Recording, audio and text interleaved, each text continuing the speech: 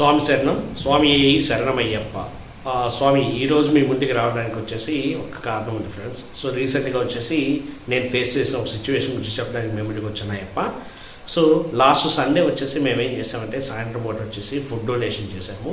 So ఈ food donation వచ్చేసి Vijayawada BRTS road ఉంది కదా, అక్కడ డొనేట్ చేసాం అనమాట. ఈ డొనేట్ చేయడానికి కారణం ఏంటంటే, సో 2 months బ్యాక్ వచ్చేసి మా ఆఫీస్లో మా కొలీగ్స్ ఉన్నారనమాట. వాళ్ళ ఇంట్లో ఏదో ఫంక్షన్ చేస్తే ఫుడ్ మిగిలిపోయిందని చెప్పేసి మాకు ఇన్ఫర్మేషన్ ఇచ్చారు.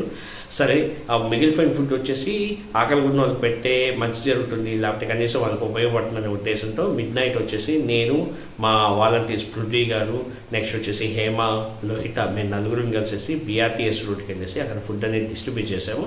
సో డిస్ట్రిబ్యూట్ చేసిన తర్వాత చాలామంది వచ్చేసి హ్యాపీగా తిన్నారు. మాకు చాలా సంతోషం వేసింది అనమాట. లాస్ట్లో వచ్చేసి ఒక పెద్ద ముసలాయన వచ్చారనమాట. ముసలాయన వచ్చేసి ఫుడ్ అడిగారు, కానీ అన్ఫార్చునేట్గా వచ్చేసి మా దగ్గర ఫుడ్ అయిపోయింది. ఆయన వచ్చేసి పాపం చాలా ఆకలిగా ఉందని చెప్పేసి అన్నారు. ఇంకా మా దగ్గర వచ్చేసి పాయసం వచ్చే కొంచెం మిగిలింది. ఆ పాయసం వచ్చేమో అది చాలా హ్యాపీగా తీసుకొని వెళ్ళారనమాట. కానీ అప్పటి నుంచి వచ్చేసి ఏదో ఒక చిన్న లోటుగా ఉంది, చాలా బాధగా ఉంది అనమాట. ఎవరో వచ్చేసి ఫుడ్ అడిగితే ఇవ్వలేకపోయాము, ఆకలిగా ఉందని చెప్తే ఆకలి తీర్చలేకపోయాము అనే ఉద్దేశం ఉంది. సరే, దాన్ని గుర్తు పెట్టుకొని సో రీసెంట్గా వచ్చేసి ఈ సండేలో వచ్చేసి సాయంత్రం వచ్చేసి ఆల్మోస్ట్ వచ్చేసి 150 నుంచి 200 ఫుడ్ ప్యాకెట్స్ తయారు చేసేసి BRTS రోడ్లో ఉంటారు కదా, వాళ్ళు వచ్చేసి ప్రతి ఒక్కరిని పర్సనల్గా అడిగి తిన్నారా లేదో కనుక్కొని ఎవరైతే తినలేదో అలా తిన్న వాళ్ళకి వచ్చేసి కరెక్ట్గా రీచ్ అయ్యేలాగా చూసాము ఫ్రెండ్స్. సో అలా ఇచ్చేసాము. సరే, ఒక 20 నుంచి 30 ప్యాకెట్స్ మిగిలాయి ఫ్రెండ్స్. సో ప్యాకెట్స్ మిగిలాయి కదా అని చెప్పేసి ఏం చేసామంటే, దాన్ని తీసుకుపోయి గవర్నమెంట్ హాస్పిటల్కి తీసుకుపోయాము. Vijayawada government hospital తీసుకుపోయాము.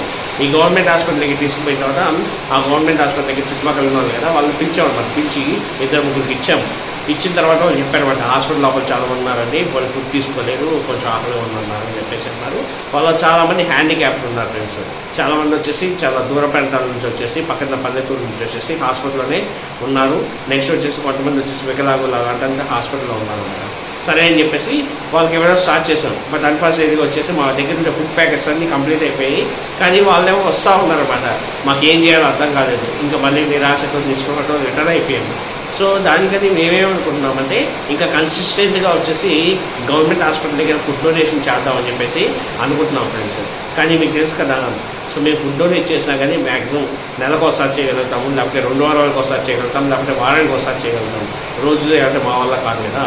సో ఇలాంటి వాళ్ళ కోసమే ఒకవేళ అన్నా క్యాంటీన్ కానీ గవర్నమెంట్ హాస్పిటల్ దగ్గర పెట్టగలిగితే, సో ఇలాగ నిరాశ్రయులకు కానీ లేకపోతే దూర ప్రాంతాల నుంచి వచ్చి హాస్పిటల్లో చూపించుకుంటే పేద ప్రజలకి చాలామందికి ఉపయోగపడుతుంది ఫ్రెండ్స్. నేను రీసెంట్గా అబ్జర్వ్ చేశాను, పక్క రైతు బజార్ దగ్గర కానీ లేకపోతే 2-3 ఏరియాస్ దగ్గర ఇలాంటి అన్నా క్యాంటీన్స్ దగ్గర మధ్యాహ్నం పూట వచ్చేసి హ్యాపీగా కడుపునిండా తింటున్నారు.